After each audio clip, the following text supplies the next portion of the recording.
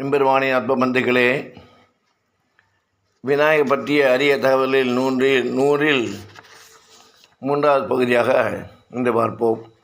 கஜானனம் பூத கணாதி சேவிதம் கவித்த சம்பூ பலசாரவசிதம் உமாசுதம் சோக விநாச காரணம் நமாமி விக்னேஸ்வர பாத பங்கஜம். கணநாதனை பிரார்த்தித்து பணிந்து ஆசீர்வாதம்.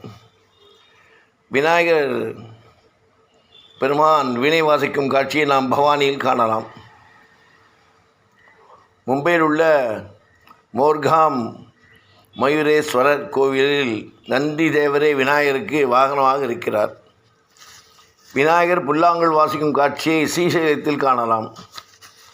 தேவக்கோட்டையில் உள்ள விநாயகர் காலில் சிலம்புடன் காட்சி தருகிறார். இவருக்கு சிலம்படி விநாயகர் என்று பெயர்.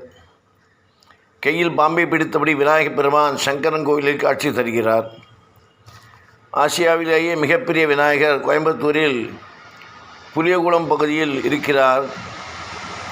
முந்தி விநாயகர் என்று திருநாமத்துடன் இவர் அருள்பாலிக்கிறார். 190 டன் எடையுள்ள இவர் ஒரே கல்லால் உருவானவர். உயரம் 19.10 அடி நீளம், 11 அடி அகலம், 10 அடி. ஏணிப்படி மூலம்தான் இவருக்கு அபிஷேகம் செய்யப்படுகிறது. வேலூரில் செயின்பாக்கத்தில் 11 சுயம்பு விநாயகர் எழுந்துள்ளார்கள். இவர்கள் தோன்றிய வடிவம் ஓம்கார வடிவத்தில் உள்ளது. புதுவை அண்ணாசாலையில் புற்று மண்ணில் சுயம்புவாக தோன்றிய இந்த பிள்ளையார் பெயர் அக்கா சுவாமிகள் பிள்ளையார். திருப்பரங்குன்றம் குடவரைக்கரை கோவில் விநாயகர் கையில் கரும்புடன் காட்சி தருகிறார். நரமுக விநாயகருக்கு திருக்கோவில் தமிழ்நாட்டில் 2 இடங்களில் மட்டும்தான் இருக்கிறது. அவை சிதம்பரம் தெற்கு வீதியிலும் திருச்செங்காட்டுக்குடியும் ஆகும். நரமுகம் என்பது மனித முகத்தை குறிக்கும்.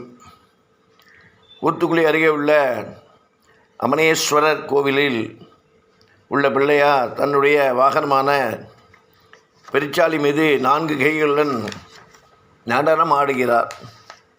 ஆந்திர மாநிலம் ரேணிகுண்டாவில் ஒரே பீடத்தில் 5 விநாயகர் சேர்ந்து காட்சி தருகிறார்கள்.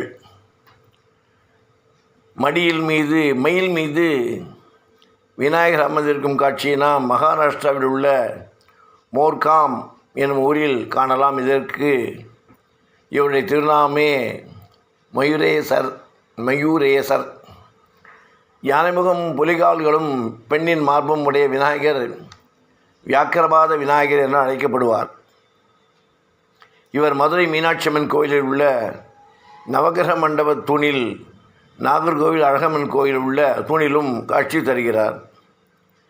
தஞ்சாவூர் சக்கரபாணி கோவிலில் விநாயகர் சங்கு சக்கரத்துடன் காட்சி தருகிறார்.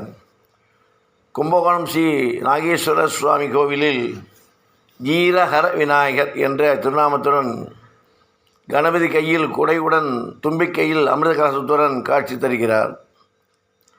விநாயகர் தும்பிக்கை ஆழ்வார் என்ற திருநாமத்துடன் பெருமாள் கோவில்களில் பிரதிஷ்டை செய்யப்படுகிறார்.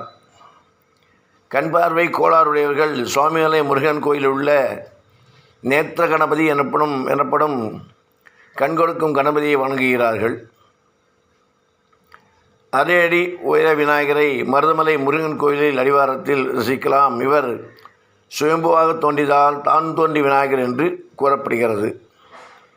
சீனா, Japan, Thailand, Cambodia, Myanmar, Mongolia, Tibet ஆகிய நாடுகளில் உள்ள பௌத்த மக்களும் தங்கள் வணக்கத்தில் பிள்ளையாரையும் சேர்த்து கொண்டுள்ளனர். சீனாவில் காணப்படும் பல விநாயகர் சிலைகள் 1400 வருடங்களுக்கு பழமை வாய்ந்தவை என ஆய்வாளர்கள் கண்டறிந்துள்ளனர். இப்படி விநாயகர் பெருமையை நாம் சொல்லிகிட்டே இருக்கோம். இல்லை, எல்லாரும் புரிஞ்சுக்கணும்.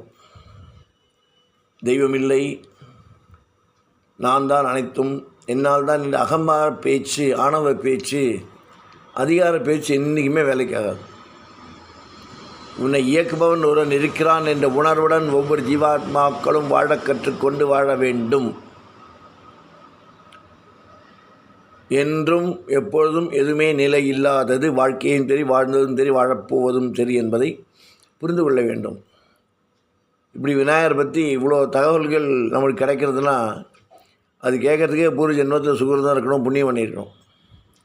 நாவினால் நவின்று இன்பம் எய்தினேன் மேவினேன் அவன் பொன்னடி மெய்மையை என்று ஆழ்வார் கூறியது போல் எந்த தெய்வமான சக்தி, விநாயகரோ அம்மனோ முருகனோ பெருமாளோ, இந்த இந்து மதத்தில் பல தெய்வங்கள் இருக்க காரணம் எப்படியாவது தெய்வங்களை வழிபட்டு எல்லாரும் ஜீவன் முக்தர்களாக ஆகணுன்றதுக்காகவே பல ரூபங்களில் பல உருவங்களில் தெய்வம் வியாபித்திருக்கிறது.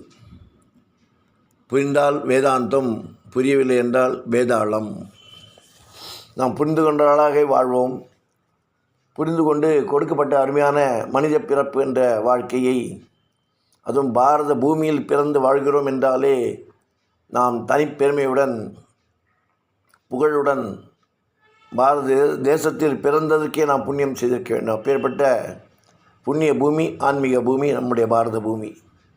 இதை நாம் புரிந்து கொண்டு தெய்வ வழிபாட்டில், ஆன்மீக சிந்தனையில், இறை நாட்டத்தில் இறை நாமத்தை சொல்லி பழகிக்கொள்ள வேண்டும். சிறு பிராயத்திலேயே, சிறு வயதிலிருந்தே. இது பெற்றோருடைய பிள்ளையை வளர்ப்பதற்கு உடைய இது ஒரு தலையாய கடமை, கடன் என்றும் சொல்லிக்கொள்ளலாம். 5 விளையாது 50 விளையாது என்பதை புரிந்து கொண்டு நாமும் நலம் பெற்று நாடும் வளமாக நலமாக வாழ வேண்டும் என்று கூறிக்கொண்டு விநாயகரின் பாதார விந்தங்களில் சரணமடைந்த அனைவருக்கும் ஆசீர்வாதம். ராமானுஜன் திவ்ய திருவடியிலே சரணம்.